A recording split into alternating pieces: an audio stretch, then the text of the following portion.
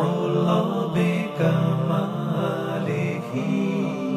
کشف الدجى بجمالہ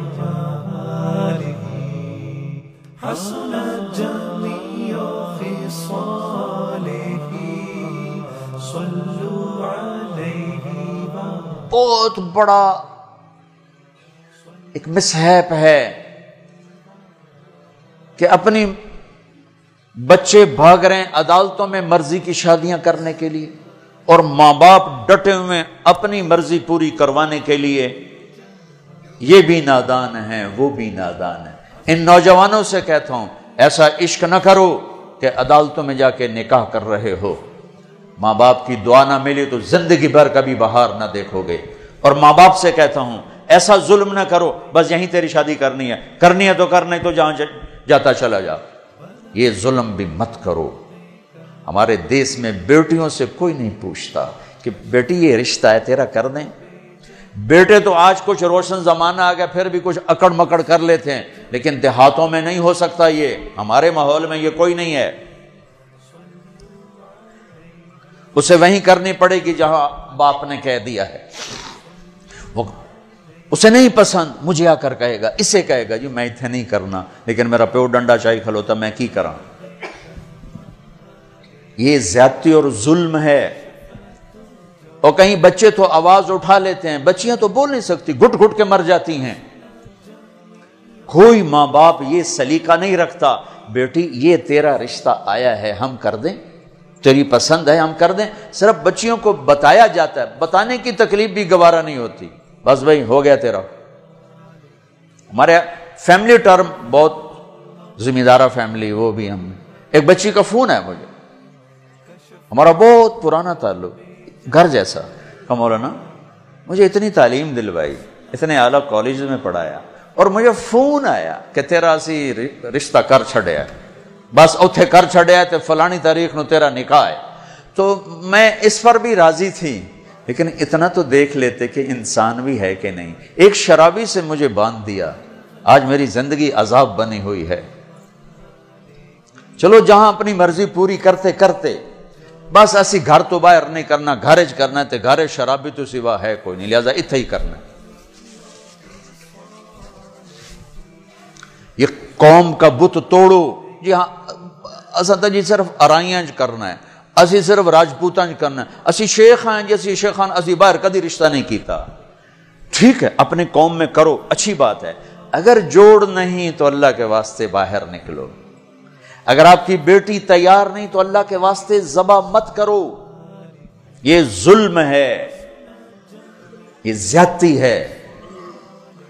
قبول لڑکی کرتی ہے نہ کہ ابا قبول لڑکا کرتا ہے نہ کہ ابا. یہ اختیار تو شریعت بچے کو دے رہی بچی کو دے رہی کہ میں نے قبول کیا کہے گی تو نکاح. وہ کہتے ہیں میں نے قبول نہیں کیا تو اب تو نہیں ہوگا. میرا گاؤں راوی کے کنارے ہے کتنی بچیاں ذبح کر کے ڈال دی گئیں راوی میں. اپنی مرضی دی شادی کیتی ہے ہی نہ بس ٹھیک ہے ذبح کر دیا. ساری زندگی بیٹے زنا کرتے ہیں تو کہو جی چھوڑ چھکرن کر دی رہ جاندے ہیں. بیٹی پر شک پڑ جائے تو ذبح کر دیتے. ہائے ہائے ہائے ہائے.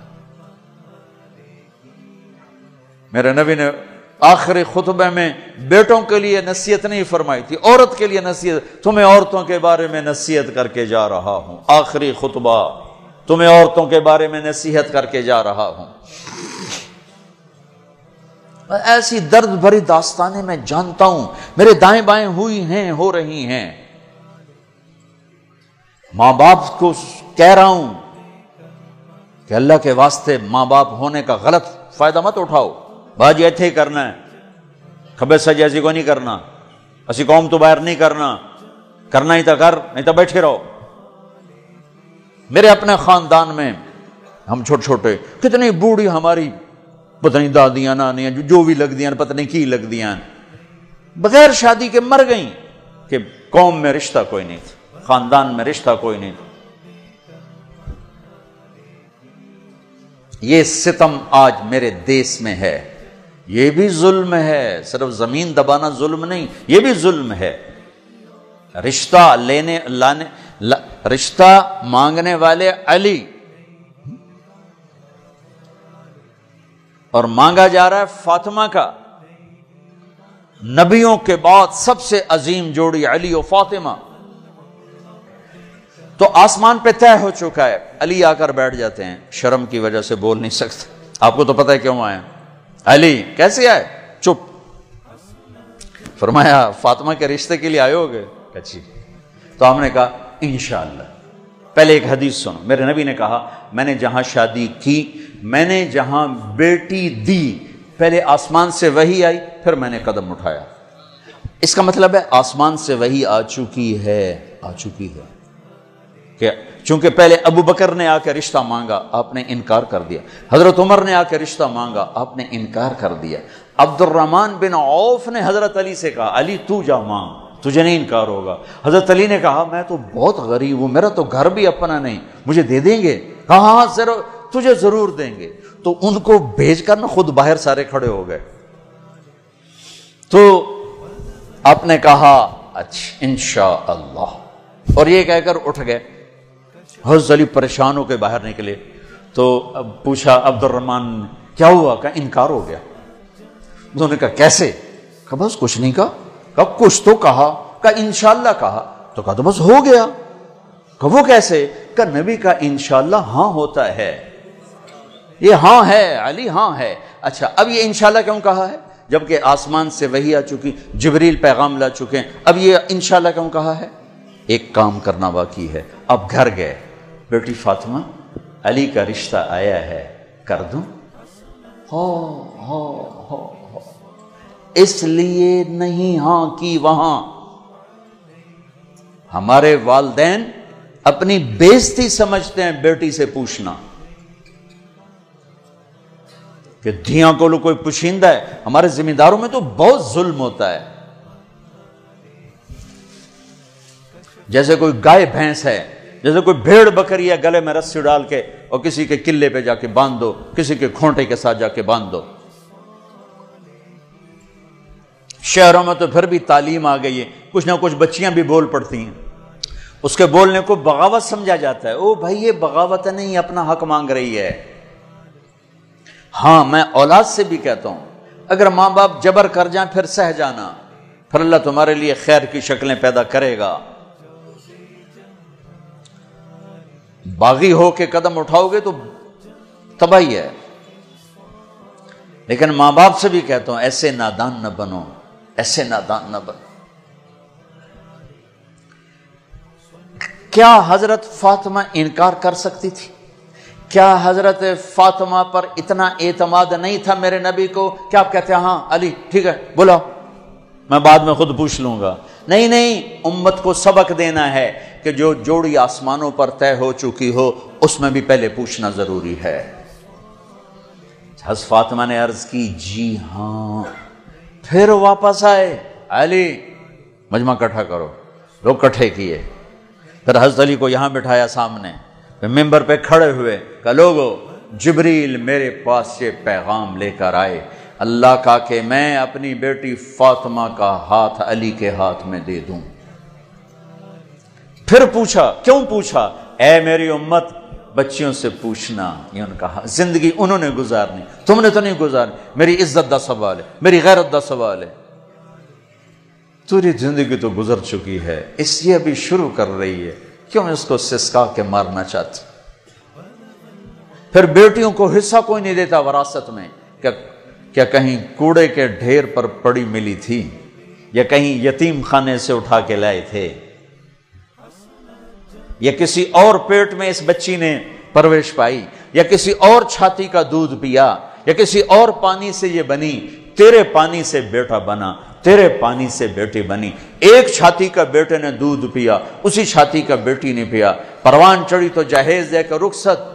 اب چند دن پہلے ایک خاتون کا مجھے فون آیا ایک شہر سے کہ جی بھائیوں نے باپ بیمار ہوئے تو بھائیوں نے فراڈ کر کے ساری جائیداد اپنے نام لگوا کے مجھے خالی ہاتھ کر دیا ہے، میں در بدر پھر رہی ہوں، نہ میرے پاس گھر ہے نہ میرے پاس کھانے کو روٹی ہے، اور بھائیوں نے ساری جائیداد پہ قبضہ کر لیا۔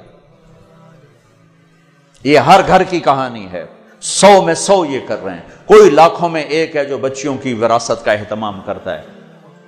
باپ مر گیا، ماں بیوہ ہو گئی، اگر باپ کی وراثت ہے تو 8واں حصہ ماں کا ہے، 8واں حصہ ماں کا ہے، 8واں حصہ ماں کا ہے۔ ماں کو یہاں تک مت پہنچاؤ کہ تمہارے سامنے یوں کرے، جس کی چھاتیاں لٹک گئی تمہیں دودھ پلاتے ہوئے، وہ یوں کرے کہ مجھے پیسے دو۔ اگر باپ کی وراثت ہے 8واں حصہ اس کو دو، نہیں ہے تو ٹھیک ہے، تو اس کا حق ہے، بیٹیوں کا حق ہے، انہیں دو۔ تمہارے بیٹے تمہارے لیے عذاب بن جائیں گے آخرت میں اگر بیٹیوں کو حق نہ دیا۔ تو ان پر مادی ظلم بھی ہے، جانی ظلم بھی ہے، روحانی ظلم بھی ہے۔ نہ جائیداد دیتے ہیں، نہ ان کی رائے لیتے ہیں، بھیڑ بکری کی طرح کسی کی کھرلی پہ باندھ کے آ جاتے ہیں۔ لوگوں، جبریل میرے پاس اللہ کا پیغام لائے ہیں، پھر نکاح کیا، 400 درہم 480 درہم دونوں ہیں۔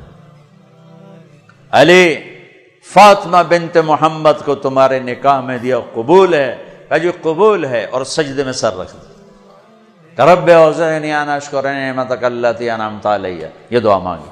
اللہ کے نبی نے زور سے آمین کہا، پھر آپ نے سب کو شہد کا شربت پلایا یا چھوارے کھلائے، پھر رخصتی ہوئی، مہینے بعد، 6 ماہ بعد، سال بعد، یا فوراً، ساری روایات ہیں۔ حضرت علی آئے تو آپ کو اندر لے گئے، حضرت فاطمہ کا ہاتھ پکڑا اور علی کے ہاتھ میں دیا اور کہا، علی آپ کو نبی کی بیٹی مبارک، اللہ، آپ کو نبی کی بیٹی مبارک۔ پھر فرمایا، میری بیٹی، مجھے اپنے خاندان میں جو سب سے زیادہ محبوب تھا، میں نے تیرا ہاتھ اس کے ہاتھ میں دیا ہے۔ جن کے فیصلے آسمان سے ہو چکے ہوں اور جبریل آ کے سنا رہا ہو، وہ پہلے پوچھنے جا رہے ہیں، بیٹی کر دوں؟ ہماری کون سی یہ غیرت ہے، یہ کون سی عزت ہے؟ خاندان سے باہر اچھا رشتہ ملے کرو، خاندان کے اندر ملے وہ بہتر ہے، وہاں کرو۔ لیکن اگر خاندان میں جوڑ نہیں، باہر دیکھو، یہ ارائیوں کا بت توڑو، راجپوتوں کا بت توڑو، شیخ پٹھان بٹ جٹ پتہ نہیں کی کچھ بنائی پھر دن، گرم مسالے، یہ بت توڑو، ان سے باہر نکلو۔ میرے نبی نے 2 بیٹیاں بنو امیہ کو دی، جن سے ٹکر ٹکر ٹکر ٹکر۔ حضرت زینب کا نکاح ابو العاص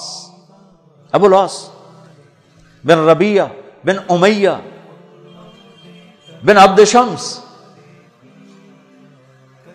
امیہ کے پوتے کو اپنی بڑی بیٹی دی، اور عثمان بنو امیہ میں سے 2 بیٹیاں ان کے نکاح میں دی، رقیہ، ام کلثوم۔ اور جب ام کلثوم پہ انتقال کریں گے تو فرمایا، اگر میری 100 بیٹیاں ہوتی تو میں 100 اور اس طرح مرتی تو میں ایک ایک کر کے عثمان کے نکاح میں دیتا۔ بنو امیہ میں بیٹیاں دی، ایک بیٹی فاطمہ اپنے گھر میں دی علی کو، اپنے خاندان میں شادی کی قریش، خاندان سے باہر برادری میں شادی کی عرب، ہلالیہ، مستلق، پھر برادری سے بھی باہر یہودی نسل میں شادی کی، حضرت صفیہ بنو اسرائیل میں، یہودیوں میں سے۔ اپنے نبی کو تو دیکھو کیا کیا انہوں نے۔ ہم اپنے نبی سے بھی آگے جا چکے ہیں۔ کتنے بچے میرے پاس آتے ہیں نوجوان کہ جی شادی کرنا چاہتا ہوں، وہاں بچی بھی تیار ہے، لیکن وہ کہتے ہیں بس ہم نے راجپوتوں سے باہر نہیں کرنا، ہم نے ارائیوں سے باہر نہیں کرنا، ہم نے شیخوں سے باہر نہیں کرنا۔ میں ان کو یہ کہ بھائی دیکھو بیٹا، کورٹ میرج سے بچنا کہ برکت نہیں ہوتی، اللہ سے مانگو، نہیں ہو تو پھر صبر کر کے پی جاؤ۔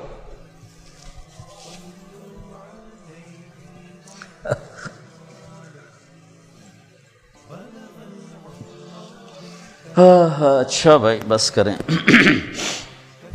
تو یہ ایک خوبصورت زندگی ہے جس کو سیکھنے کی ضرورت ہے۔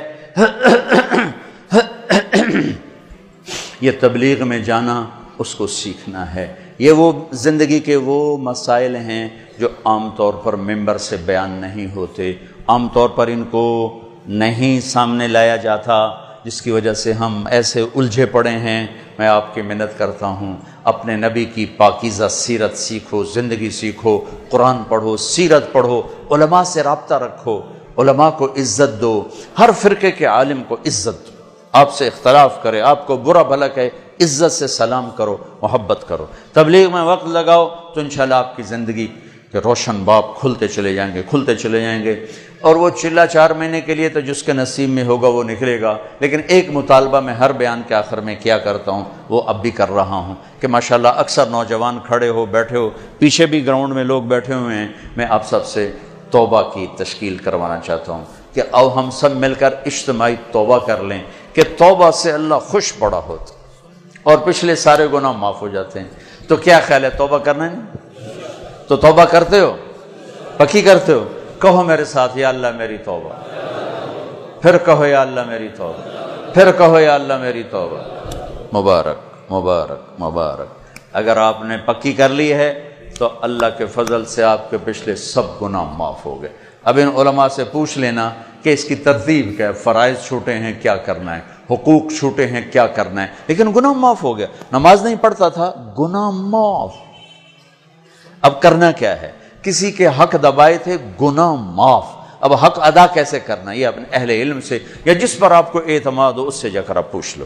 اور آپ جہاں جہاں سے آئے ہو، میری یہ گزارش ہے، مہینے میں 3 دن تبلیغ میں ضرور جاتے رہو، صرف 3 دن نیت کرتے ہو سارا مجمع سارے۔ اور جو آپ فیصل آباد میں رہتے ہو تو جمعرات کو مرکز میں جایا کریں، جو ہمارا یہاں اسماعیل مسجد ہے جہاں ماشاءاللہ دین کی بات جمعرات کو ہوتی ہے، رات وہاں گزارو، آپ کو بہت فائدہ ہوگا، ورنہ کم کم مغرب سے عشاء کا وقت ضرور وہاں گزارو۔ اور آخری بات یہ ہے کہ اگر آپ کسی سے لڑے ہوئے ہو تو یہاں سے اٹھ کے صلح کر لینا۔ لڑائی زیبا نہیں، قطع تعلق، لڑائی ہونا کوئی مسئلہ نہیں، اونچ نیچ کوئی مسئلہ نہیں، قطع تعلق، بول چال بند، باجی ہونا سی گل ہی نہیں کرنا، اسی جی بس بائیکاٹ کرتا ہے۔ جڑا ادے جاوے گا وہ ساڈا دشمن، ہمارے دیہاتوں میں تو یہ کہتے ہیں جڑا اونوں ملیا وہ ساڈا بھی دشمن ہے، اسی لیکے چھک چھڈن۔ اے جٹاں دے بیٹھے ہوندے میں انہاں دے اسی لیکے چھک چھڈن، اے لیکے مٹا چھڈو نہیں تو موت او لتر مارنے نا۔ تو بھائیو جس سے آپ ناراض ہو، لڑے ہوئے ہو، صلح کر۔ خاص طور پر بیوی سے کھٹ بٹانا تو جاتے ہی صلح کرنا، چونکہ جب میاں بیوی لڑ کے صلح کرتے ہیں تو اللہ ان کے پچھلے سارے گناہ معاف کر دیتے ہیں، سارے گناہ معاف کر دیتے ہیں۔ اور عجب حدیث سنو، سب سے پہلے جو ترازو میں تولا جائے گا نا عملوں کو، تو نماز ہے یا روزہ یا تبلیغ یا علم یا حج؟ نہیں، سب سے پہلے بیوی سے سلوک تولا جائے گا، سب سے پہلے بیوی سے کیا کرتا تھا یہ تولا جائے گا۔ اس لیے بھائیو اگر کوئی انبن ہے، ہو جاتا ہے، کوئی مسئلہ نہیں، ہو جاتا ہے، صلح کر لینا، صلح کر۔ کسی سے آپ کی بول چال بند ہے، خود جا کے سلام کر لینا، تو انشاءاللہ اللہ آپ کے لیے خیر برکت کے راستے کھولے گا۔ اب جو بھائی ہمارے بچے کل سے جا رہے ہیں نا بچے ہمارے ہیں، تو جو کل سے ہمارے بچے جا رہے ہیں، ان کے ساتھ جو بھائی چلے کے لیے نوجوان تیار ہو، ذرا کھڑے ہو کے دیدار کرا دو، پھر دعا کراتے۔ جو ان کے ساتھ کل سے نقد